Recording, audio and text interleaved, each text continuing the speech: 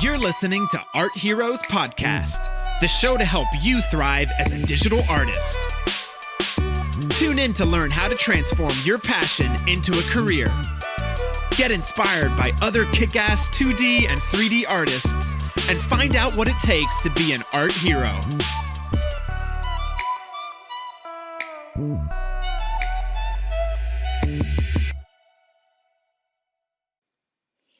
Hey guys, hope everyone is doing fine and staying safe. This is Maria JD. I'm your host at Art Heroes Podcast. Thank you so much for tuning in. And today we've got a very interesting guest because it's not an artist. It's not even an art director, but it's somebody who's been in the industry deep inside for several decades. Today we're talking with Kirill Tokarev, who is the editor-in-chief of AT-Level portal. So Kirill has been working as a journalist in video games industry for many years, and he's been seeing many people breaking through, many games being developed, published, and republished. So Kirill knows a thing or two about gaining visibility as an artist and like making it happen in this world. So that's basically the topic for our conversation today. And let's go and meet Kirill. All right, we're now live. Kirill, thank you so much for coming in the show. Guys, everybody who's here, we've got Kirill Tokarev from AT-Level, and yes, pretty amazing, right? Yeah, thank you for inviting me. I'm very happy to be here. Sure, always welcome. Kirill, so I've got quite an agenda today to cover. So let's just go into it. Cool. Maybe, yeah, you could go and, introduce yourself a little bit, what you do with AT-Level, as a chief editor of a portal, and just a little bit about yourself. That'll be cool. Yeah, so my name is Kirill Tokarev, and I'm originally from Ukraine. Right now I'm stationed in Los Angeles. I'm the chief editor and CEO of AT-Level, which is a media website and also right now a recruiting service for people in the game industry. We specifically work with people who are doing art for games and different things which are connected with visual stuff in games. So the website produces and basically follows news in the industry, talks about the new workflows, new tools, and we position ourselves as a place where you can go every day and find something interesting about game production in general.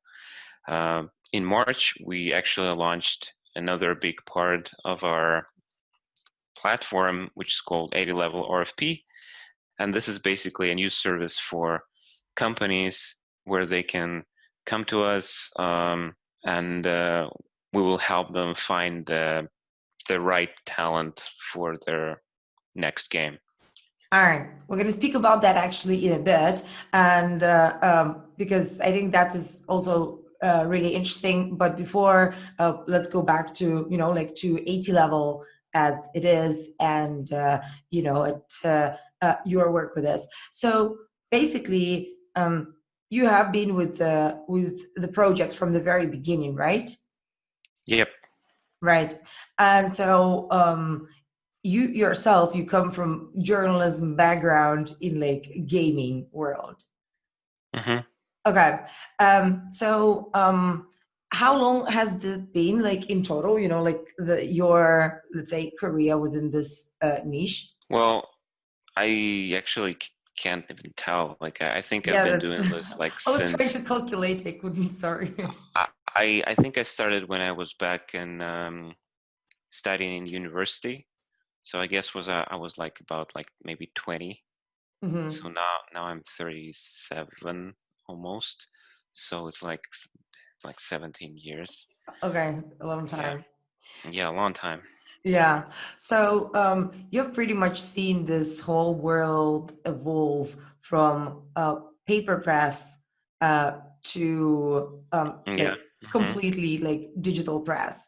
And what do you think has changed? How people consumed, information before, and Hmm. specifically in gaming industry, and how do people consume information now? Well, I think obviously there is like a number of changes, and one of the biggest changes is basically internet came, because when I started doing that like almost 17 years ago, internet was not that widespread, right? So, and there were like a couple of websites where you can go, a couple of places where you can read the news or stuff like that. And I think internet also was very local, it wasn't like this global thing. So like if you were somewhere in Ukraine or Russia, you'd probably go to like the local websites. You wouldn't go to somewhere like Yahoo and start searching for a place where you can find game news, in English. And Yeah. that was like a big thing, I think. And what basically changed is everything got global and more accessible, I'd say. And right now, this is true not only to like game related or like game dev related media, but any kind of media. I think like people don't go to media websites that much anymore. They just go Mm-hmm. to Facebook or Twitter or whatever other like aggregator or social media that they use, and they get their feeds, all their news from there. It's very rare where you can find a website like, I don't know, like a Wall Street Journal or or like New York Times, like these big websites that have been around like for years, and some people still go there, and they have some of the core audience. And I'm very happy that like 80 level does have this core audience where people actually come to the page every day just to check out the news, check out what's new. So that's super valuable, and we're super proud as a team that we managed to achieve something like that. I was actually going to say that it seems like a pretty challenging task, having to compete against Facebook and Instagram, and not just against another like game dev or art Yeah. or something else magazine. So it's actually like quite a bit of pressure, huh? I mean, we don't think that we're competing with anyone per se, right? Hmm. So we're like in the game dev industry, I think we're all working towards one goal, helping developers build better games. And I don't think that the competition is that fierce. I mean, but as for social media, uh, again, so there are policy changes from year to year, and it shifts, right? So Hmm. I think 2 years ago, it was much easier to promote like media in Facebook, for example. Oh, for sure, yeah. Right now, it's definitely more of a challenge because they have other algorithms. They treat news differently with everything that's going on, and Hmm. they are harder on the Hmm. way that where they show news, whom do they show news, at what time do they show them, right? So it all depends. So if you're following how the feed works on Facebook, it used to work quite differently. It used to show you posts when you posted them. Like if you post, if you post something like at 7 a.m. like LA time, right? So it would it would come up on your feed at the same time. Right Yeah. now, it changed that completely, and it would show you some posts from your Facebook feed, like if you're like media or any kind of Hmm. Facebook page you have, like then you have like a feed and you post there, and what Facebook does is that they show you something at the very end of the day, so they know when do you want to catch up with the news, and they show it like the best news, the news with the most likes or reactions Okay, at that time. interesting. So it Interesting. changes, and it'd be hard to figure out what's gonna happen next, like what's gonna be the next step for Facebook or Twitter per Yeah. se. But I think Wow. Twitter is a different platform. It's like a different beast, and you have to work very differently with it. But again, I can't imagine a website right now, like especially a media, where you wouldn't have like social presence. You kind of have to have it. Like you have to do your Twitter and your Facebook and your Instagram, because that's like an important part of the whole business right now. Yeah, no, for sure. But that's actually a pretty interesting point that like if you use Facebook as your source of information, then you're getting stuff that is already being pre-filtered by the social media itself, Yeah. which is obviously quite relevant. But it's just interesting, a thing to keep on the back of your mind. Like if I'm reading the news off Facebook, then maybe that's not exactly what I would be looking for. So interesting. A quick question here. So what does AT level do for artists specifically? Because I know quite a few people that are listening to our podcast are artists, beginner artists, or, just different levels of artists. And like there's a lot of content also on AT level. I was wondering what's the most popular, and just in general, like how's the whole artistic level and AT level, artistic world and AT level overlap?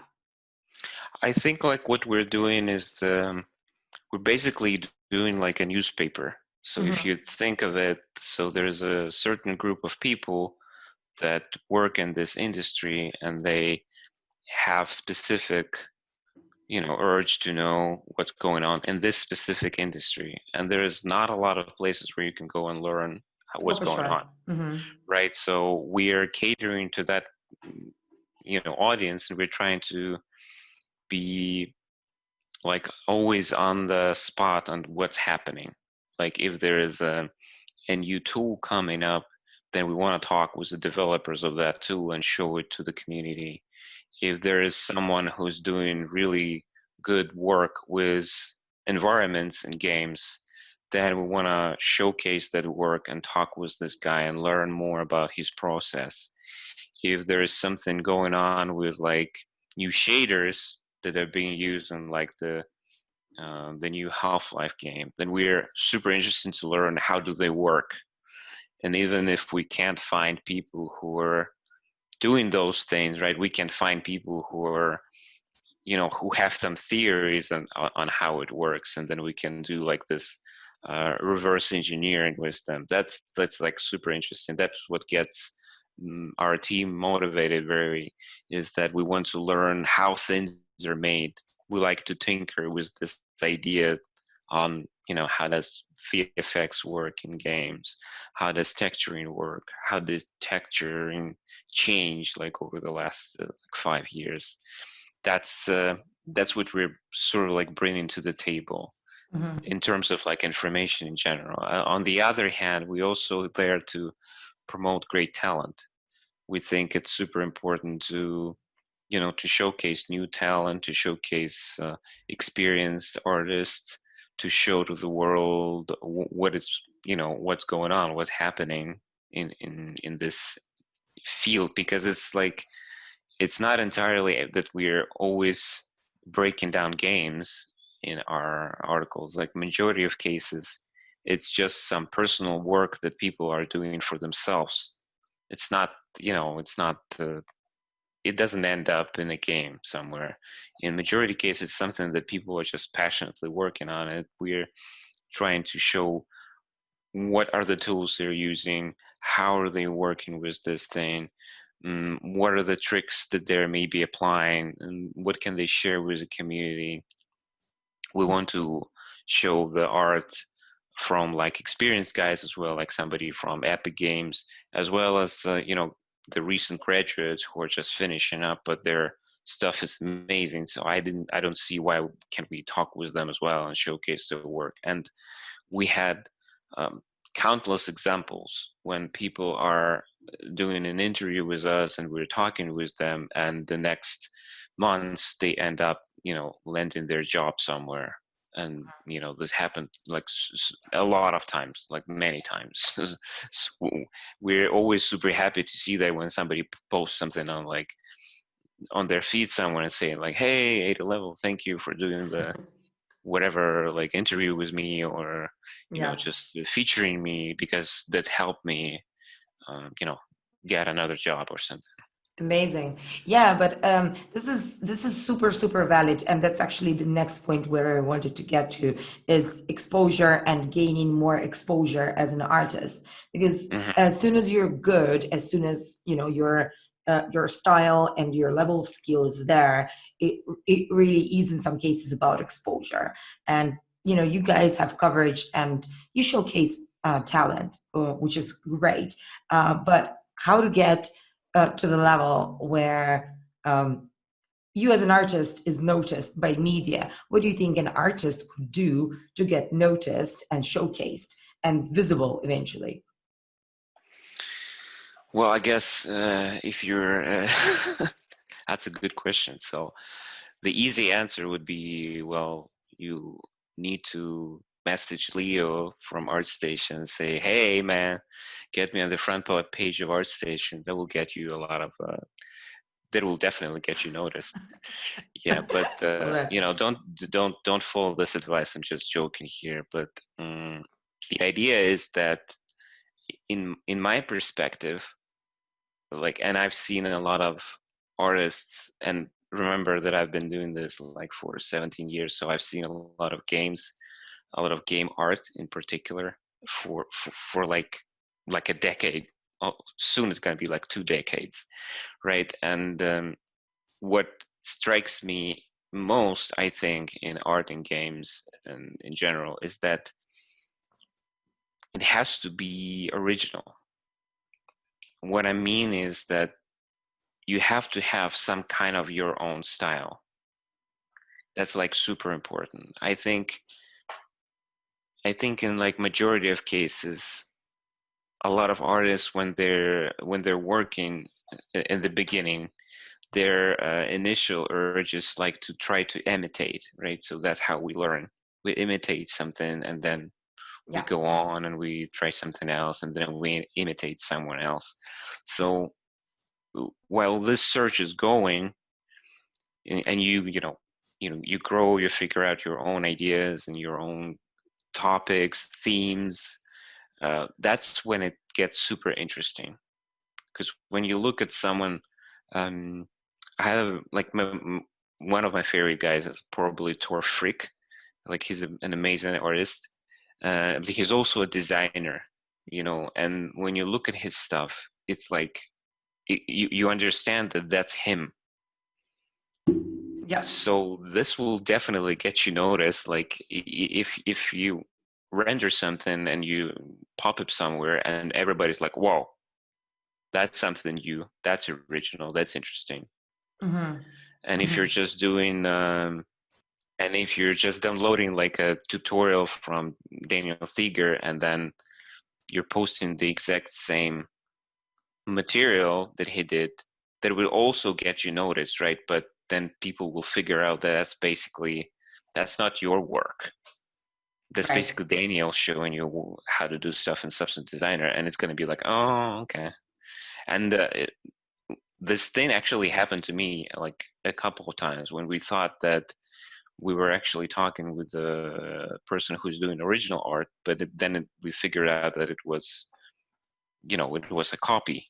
It was a Wow. copy of a copy of a copy, and we had to take those posts down because we don't want to promote that. And that happened like maybe through our 5-year history, like 2 times or something. But we don't want to do that. Like, so we want to showcase people who are doing original work, people who have their own style, and people who use who use the tools that they have, or no matter how technical and complicated they have, as a palette, as brushes and pencils. So they're using that just to build whatever they have in their head. And that's what's interesting, because like every artist is like a good example would be like a filter in Instagram. Like, so in Instagram, you can take a picture, right? And it's going to be the same picture. But if you scroll through all those crazy filters, and you add something, then it's a different vision, right? So every artist is like this, a camera with a filter, with another filter, another filter, right? And you just need to learn how to use them. And then when you have your own vision, it changes completely. So if you go on ArtStation and you browse like the, the artist with the top number of like subscribers or something, or likes or whatever, then you'll see that although it seems like they're in one kind of like this higher kind of category of like just amazing talent, you'll see that every person has their own kind of style, approach, look, you know, something about themselves, and that's what's interesting and gets you noticed, I think. Okay, well, thanks for the breakdown. I think that answers, but actually, I want to go even deeper. So, like, imagine the artist already has his own style, and he's been working for a few years, but just like, some people are naturally not super active online. Mm-hmm. And nowadays, pretty much everything, at least in this world, in our industry, everything rotates online. So still, like, do you recommend doing anything about just being noticed, or maybe that's kind of not necessary at all? Because I've heard like a little bit like almost two schools of thought, that you just have to create great art, and second version is you have to create great art and know how to promote yourself. So what's your take? Well, I think I'm more inclined for the second Mm-hmm. idea. So I think it's very similar to idea of like or if you're a writer. So let's think that, I mean, you're not an artist, you're doing like, you write something. So you finish your story, let's say, right? Or you finish your novel, and then you kind of don't show it to anyone, and you're like, no, it's just gonna stay in my drawer because it's not good enough or something. Mm-hmm. That kind of doesn't make any sense, right? So if you did some art, well, you go ahead and show it to people. Like, what do you have to lose? I think if you're doing art and you're doing something visual, absolutely you have to do your social media work. You have to go, like, ArtStation, your own website, I don't know, all the places out there, Instagram, super Mm-hmm. important. Like, if you want to go, you can do like Facebook, Twitter, all those stuff. I mean, that's a lot of work that takes time, obviously, but I think it brings you so much value, not just in terms of being noticed, but also, showing it to people and getting like some feedback, or maybe some likes, or maybe just, a comment or two. Mm-hmm.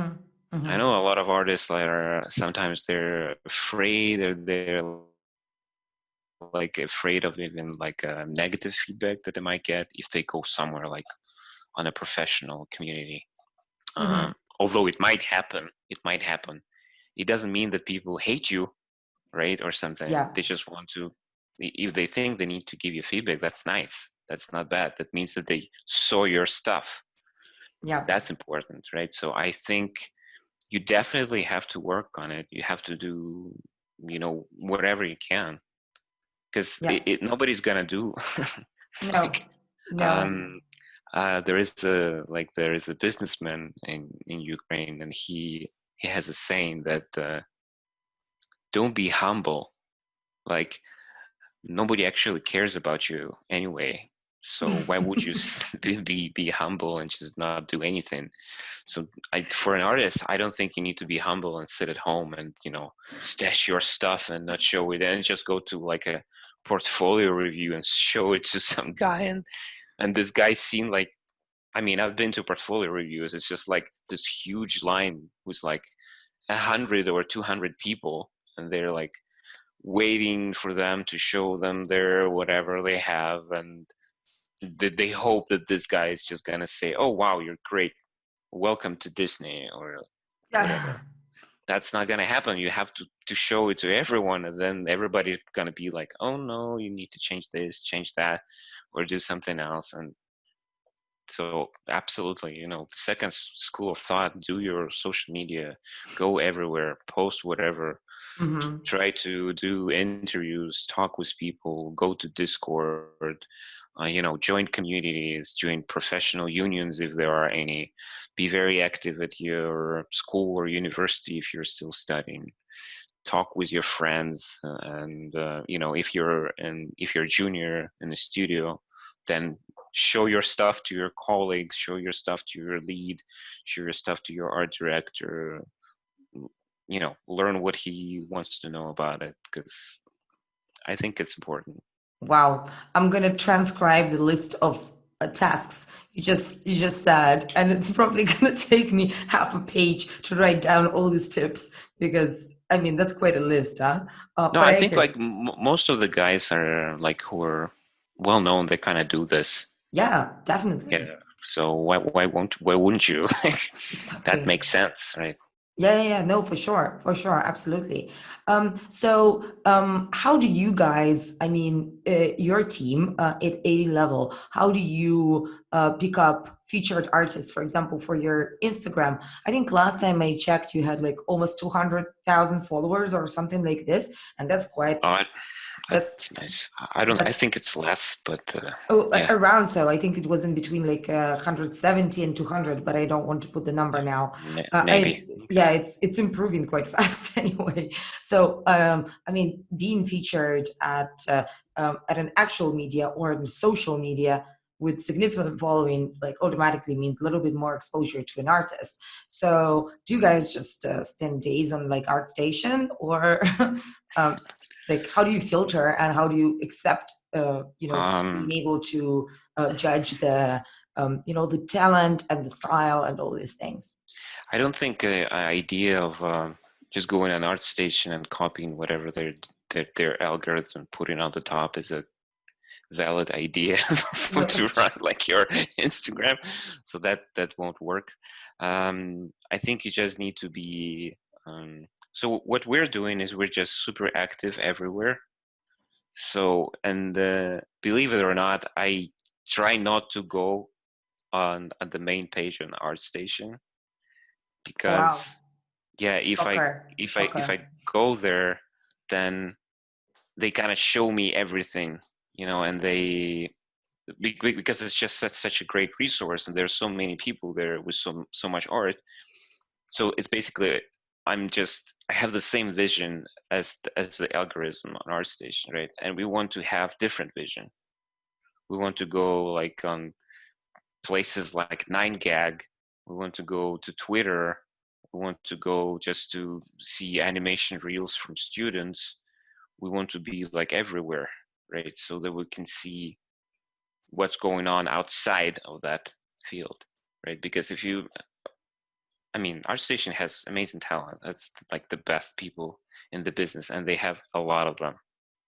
So what we're doing with our Instagram is that we're thinking like, how can we find new people? Whom can we discover? And what we're doing is we're basically in this constant process of discovering new people, discovering new style, discovering new technique. Technique is super important for us as well. We try not to showcase too much of the 2D art because that's not our like speciality. Hmm. Mostly, we're mostly doing like a lot of 3D modeling, a lot of simulations, a lot of motion graphics, a lot of environment art, which I personally love. Hmm. So we want to see all that kind of like little nits and pieces, and you won't believe we spent like a lot of time just trying to find um, you know interesting visual ideas, interesting like pics. And thank God we work in like game industry, and there are so many people here who are doing the crazy stuff. I mean, if you look at the games that we have right now, that would be impossible even to imagine like 10 years ago. Oh yeah, So yeah, yeah, for sure, for yeah. sure. I mean, it's not only about the game engine progress and the technology progress. It's also, I think, how people think now about game creation and how far we go in terms of creativity. So just having a pretty shooter is not enough. Yeah, absolutely. And just even in terms of like visuals, Yeah, it's just exactly. there's so much detail, so much stuff going on. Like look at the games from Naughty Dog. Like the Uncharted 4 is still one of the prettiest games ever. I mean, even if you look even further, like the Order, like 1880 or something, from Respawn, I think. Yeah, Or what is it, Respawn? I don't remember. But anyway, that was a great game. And it used like a lot of scanned materials, a lot of photogrammetry. It still looks amazing. It looks like a movie. It's like CGI kind of quality. That's crazy. definitely. So we've spoken a little bit about the past. Where do you think we're going with all this? I mean, not only within the frames of this conversation, but in the future of game dev and game art. What do you think is kind of the next step? Like, is there any specific technology that you're excited about, or is it just like what do you think is going to happen? Well, it's kind of hard for me to tell. I think you better talk with somebody who's like more in the development to get the answer Yeah, but for like that. everybody sends me to somebody else, so I'm used to Yeah, that. yeah, yeah. I think in general, we're just gonna see more and more progress in that direction, like larger scale, faster download. So if you look at the new PlayStation 5 hardware, they basically have this very smart and fast SSD that's gonna make download times almost irrelevant. Mhm, And you have the Unreal Engine 5, which has some crazy stuff with geometry happening. And they also have mega scans, so you can now create like super realistic games, which look, totally incredible. Um, but there's also AI and mhm. like procedural stuff.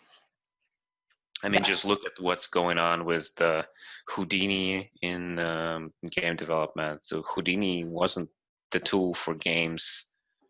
It was a tool for movies, like VFX, for like hardcore simulations, and now people are actively using it to like generate incredible content, incredible, you know, Mhm, vistas, places, doing like simulations, destruction simulations. mhm, Uh, so AI is probably going to be a big part of it as well, because we will see tools that gonna be able to build like a space by themselves, right? So mhm, if you would have to say something probably to AI, like build me something, whatever, and it's going to be created this way or another.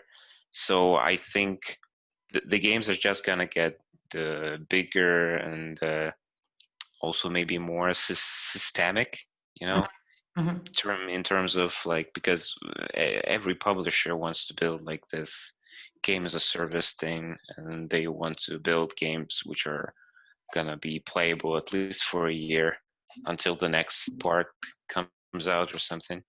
So we yeah. would have like more DLC, more kind of like this additional content being built. Mm, Mhm, yeah, so I think this is like there's going to be like a bunch of different directions there. But for an artist, I think there's always going to be work. I don't think that, AI or proceduralism or photogrammetry is going to come and they're just going to take away all the work from the hardworking guys. I think there's still going to be place for people who are doing ZBrush stuff. I think there's going to be place for people who are doing substance designer stuff, although it's kind of procedural, but right now it's like more of an art mhm. form. Um, and like stylized content. I mean, like the biggest game right now, like Fortnite, it's all stylized. Yeah, There's no exactly.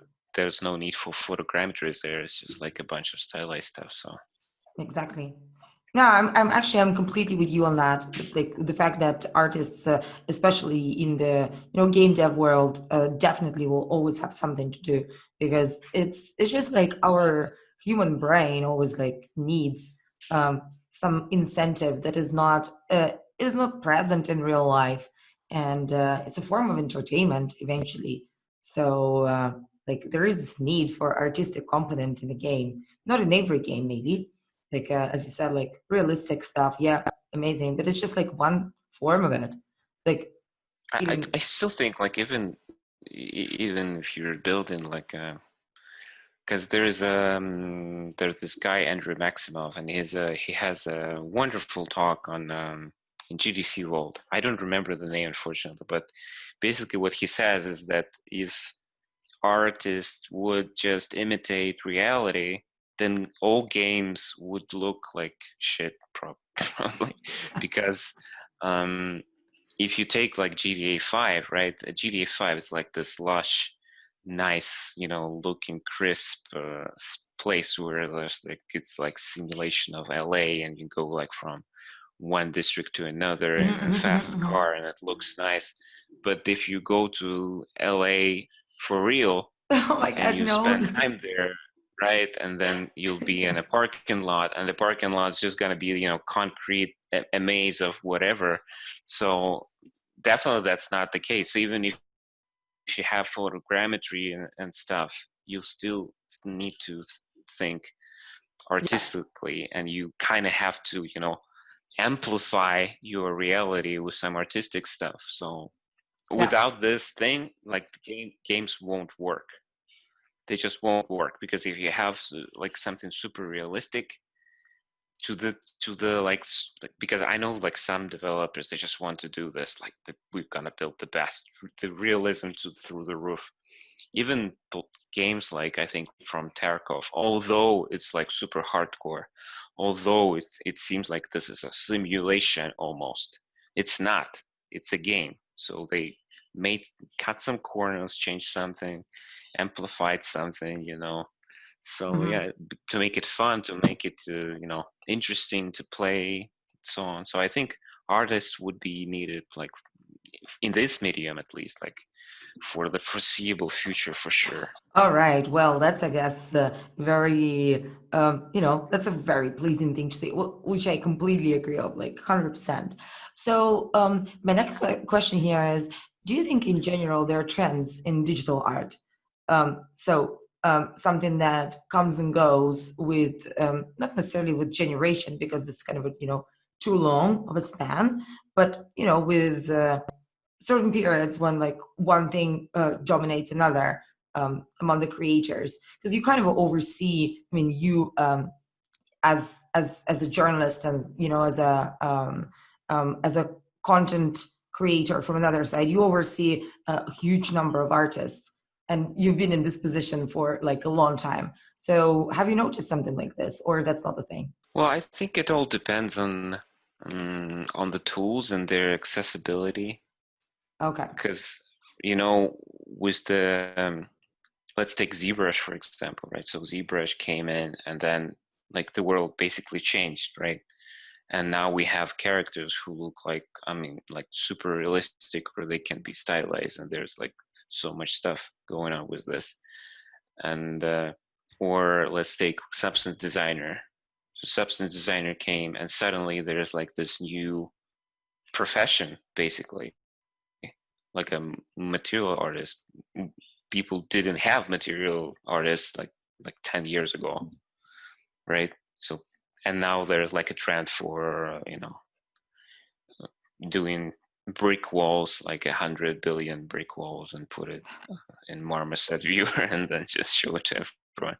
So I think, yeah, these things come and go, but overall I think it's more about artistic thought, right? So if there's like a lot of environments in Unreal Engine, it's not about the tech, right? It's about like, what are you showing? If the environments are all the same, people will stop paying attention.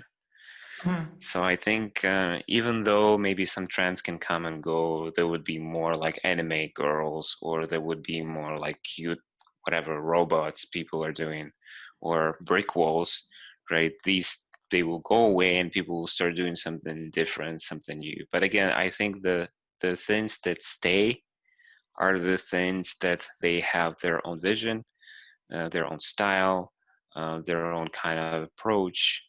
So that's what stays. I mean, if you want an example from the industry, a great example is Blizzard. Yeah. I mean, Blizzard has been around for years, for decades, and they managed to create their own style. So when you look at their game, you know it's Blizzard. And when you look at someone's art and you know that he is imitating Blizzard and their stuff, you know. And if you look at the stuff that they've done with Overwatch, they basically developed a new visual language for that kind of stuff. That's super impressive. I remember when I first saw like the concepts for Overwatch and the first models for like characters and the look of the levels. That was mind blowing, because it's this Blizzard thing when it's like even though it might look super elaborate and incredibly artistic, inside of it are very simple technical tools that they're using because they're optimizing it.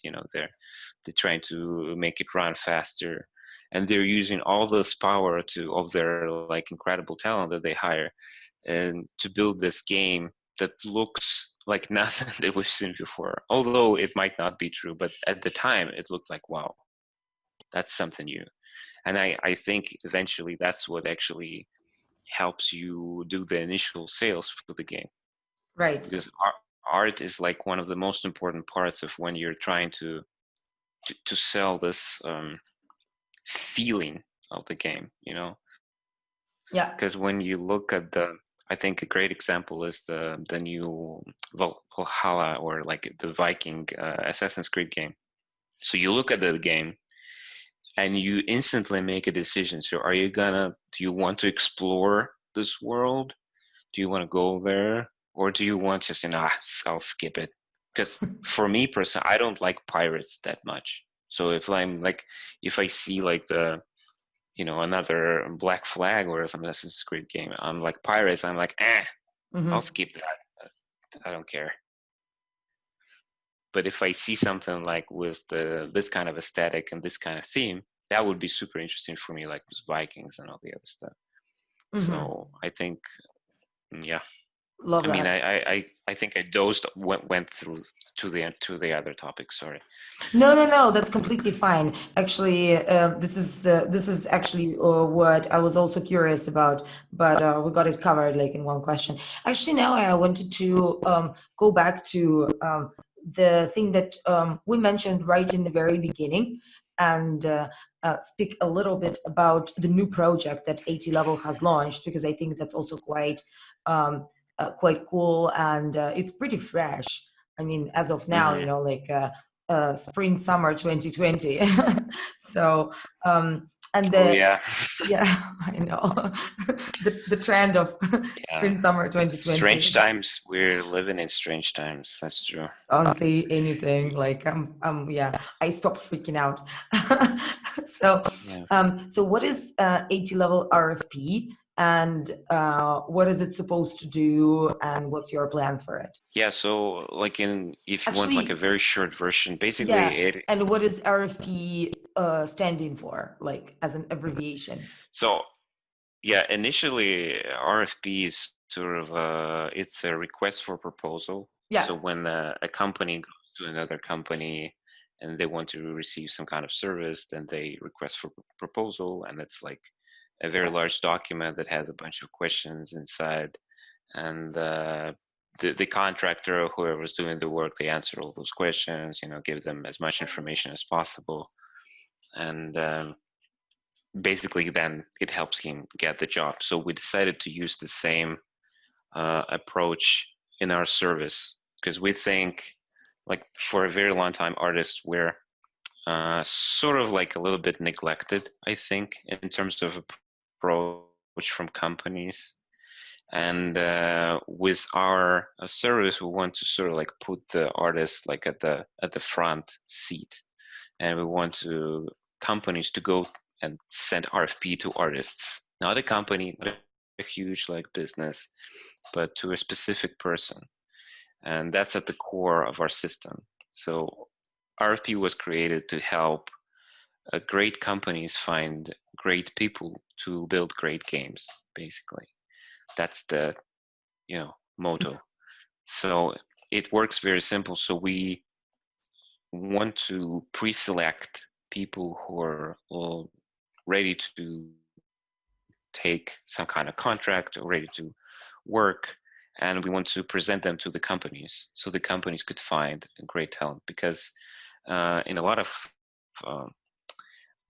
in the current situation, companies are struggling with this. They can't find good people at the time limits that they have, or they can't find people with the right aesthetic, or all those things combined. And there is no specific tool to do that. So you can go on LinkedIn, obviously. You can go on ArtStation, start searching. You can do job posts, but I talk with a lot of companies, a lot of people, and it still takes a very long time to find someone. And the only effective way to find someone is actually doing internal references. So if you basically have to go to your team and say, hey, we're looking for character artist who does robots, who with organic elements, and he also knows how to do substance painter. And everybody's like, okay.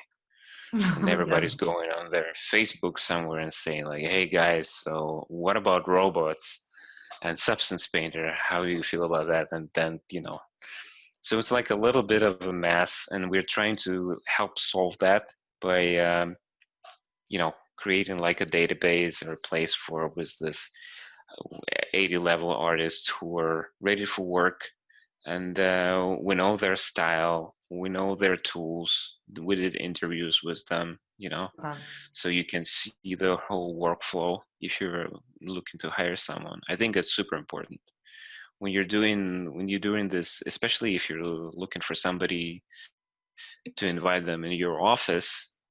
Something like a breakdown that helps a lot. That helps a ton when you go into 80 level and you read the not step by step, but you kind of understand the thought process of the person who's doing this.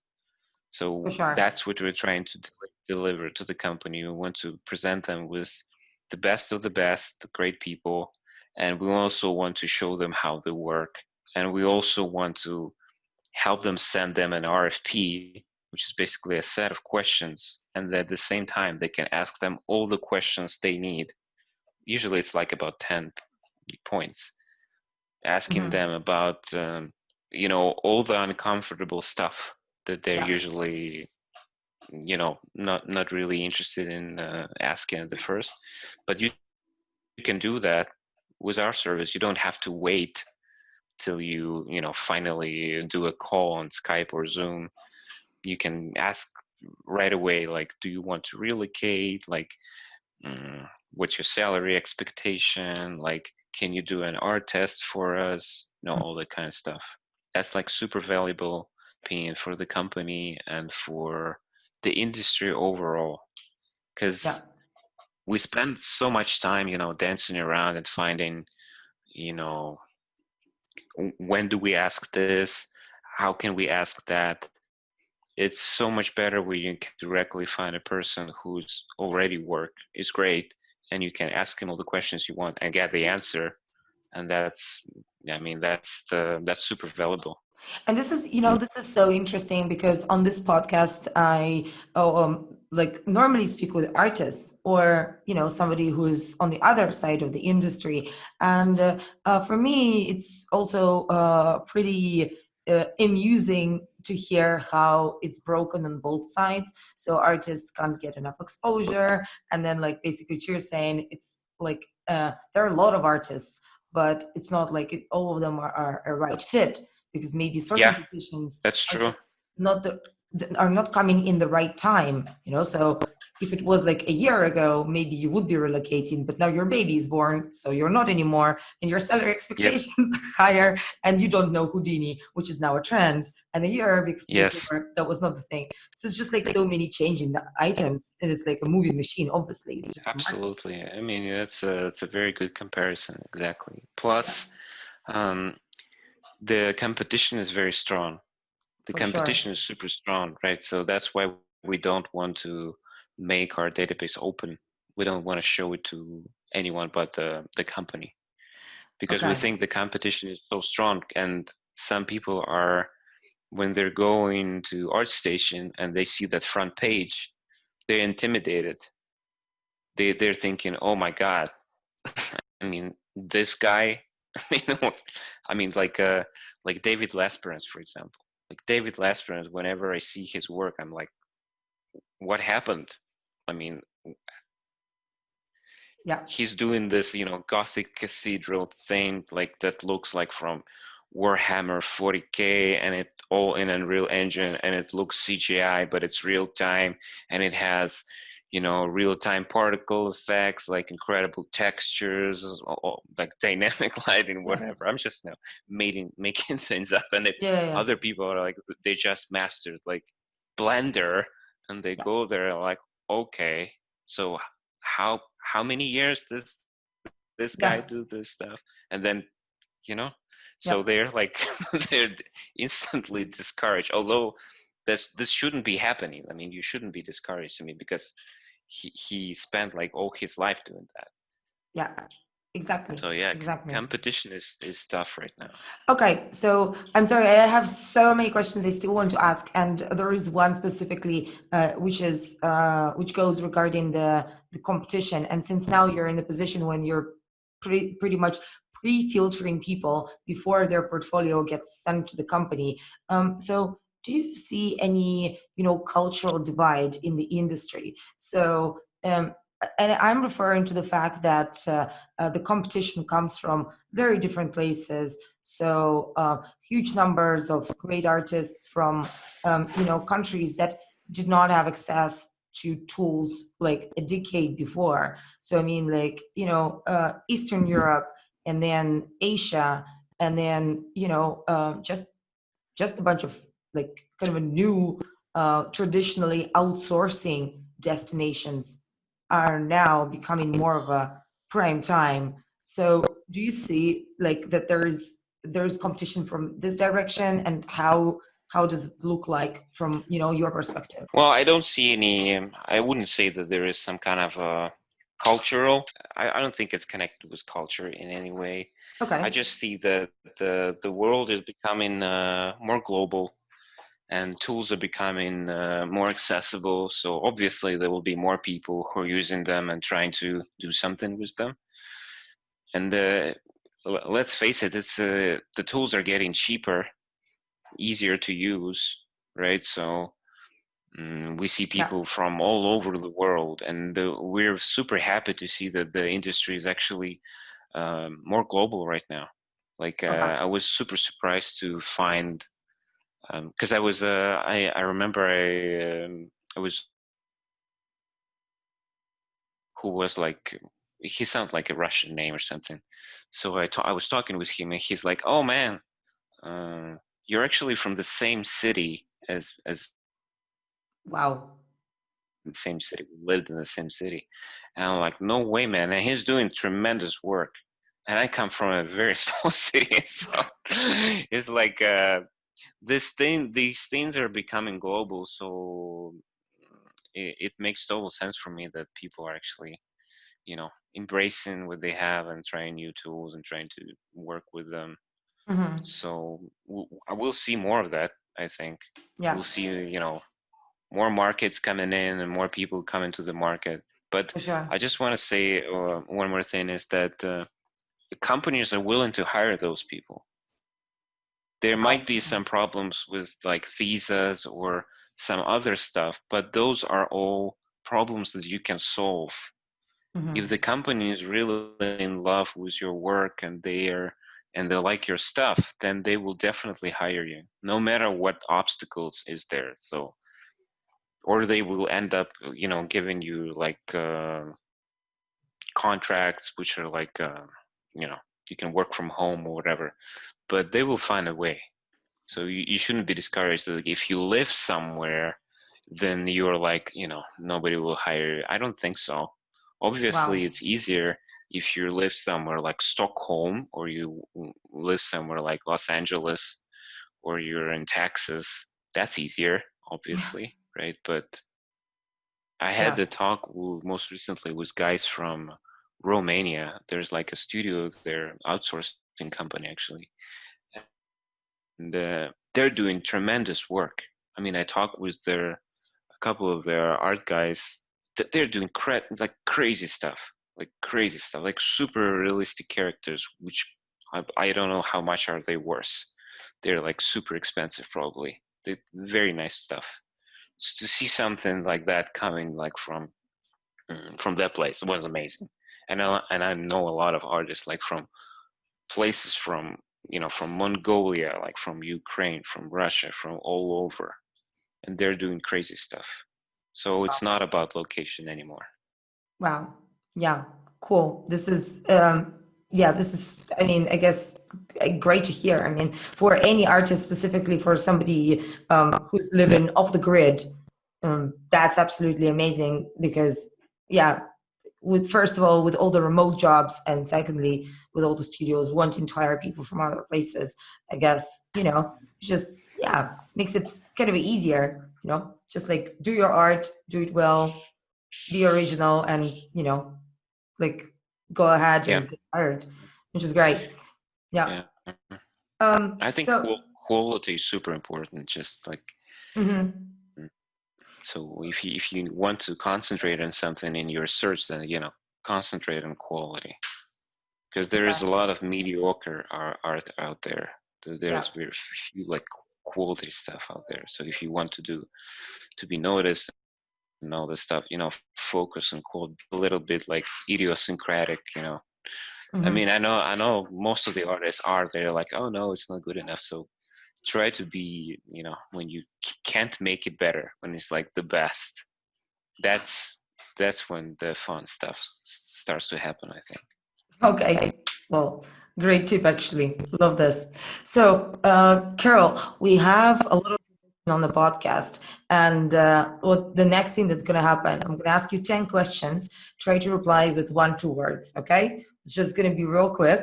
And yeah, don't overthink Cool. this. Yeah. I'll Ready? try to. Yeah, Okay. sure. Okay. So, what's your number one tip for combating distractions when working from home? Hashtag 2020. Welcome to 2020. I think it should just stay focused. It's just to stay focused. I mean, Mm-hmm. that will help you out. What's your favorite tradition or holiday? I like New Year's, Mm-hmm. Christmas, New Year's. I love it. Mm-hmm. Oh, what's your favorite way to get in some exercise? I usually do gym, some running maybe. Recently, I started doing exercise and like with my wife, like some aerobics or something. You need to switch it up. You need to try different stuff. Mm-hmm. What's your most used emoji? Smile you emoji. Okay. What's the worst haircut you've ever had? That's probably the one I'm gonna get like at home Oh my God. next month, probably. Yeah, because I'm super hairy right now. Exciting. Cut. Yeah. What's the best advice? What's the best piece of advice you've ever been given? Oh my, it's tough. I don't know. I can't answer that. No Okay. idea. Okay. Yeah, I had a lot. I have a lot of useful advice, I think. Okay. So that's not one, I guess. That's that's the point. Hmm. Uh-huh. Okay. So if you are to design your own t-shirt, what this t-shirt would say? Oh, that's cool, man. 80 levels, probably. We'll say 80 level. Oh my God. That was definitely not overthinking this. Okay. So if you could see one movie again for the first time, which movie would you watch? I think A Few Good. That's a good movie. Which one again? It's called A Few Good Men. If you could, man, yeah, It's like a Tom I lost you Cruise for a movie. sec. Yeah, okay, cool. If you could choose two famous people to have dinner with, from the past or from the present, so who would you hang out with? I would probably somebody who's fun. I don't know, like maybe Jonah Hill. And also the Eric Walpole. Eric Walpole is one of the developers and screenwriters for Portal and Portal 2. He's super funny. Right. Okay. Lovely choice, huh? And so for you, what's your absolute dream job? I'm very happy with my current job. I love it.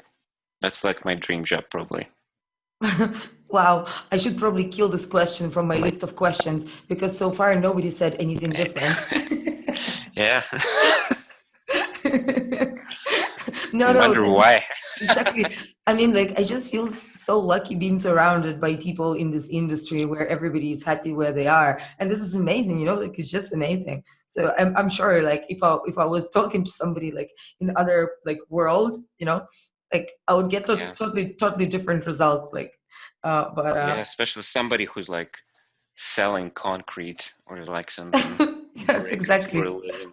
Like, oh my God, yeah. So many choices. I mean, where do I start? Yeah. Yes, exactly. So many choices. Well, all right, Kirill, that's been amazing. Actually, we stayed almost half an hour longer than I was anticipating, but I think it was really good. Thank you so much for it. No, I just couldn't stop talking. So thanks so much. That's been really productive. And we'll put a link in the show notes to the 80 level RFP if people want to check it out. And Cool.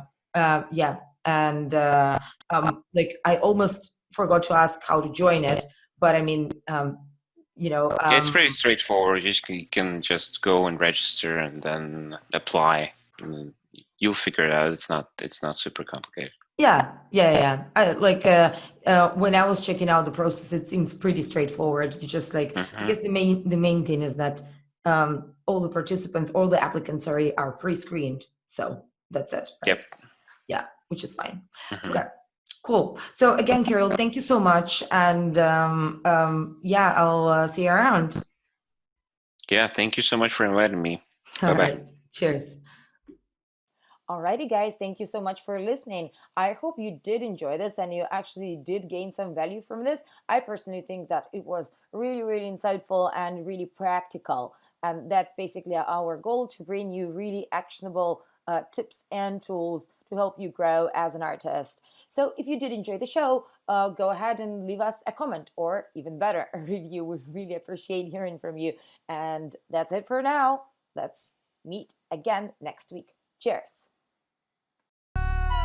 Thanks for listening to Art Heroes Podcast.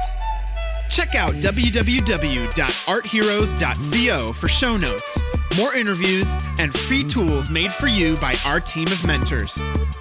Tune in next week for more inspiration, and keep up the great work, hero.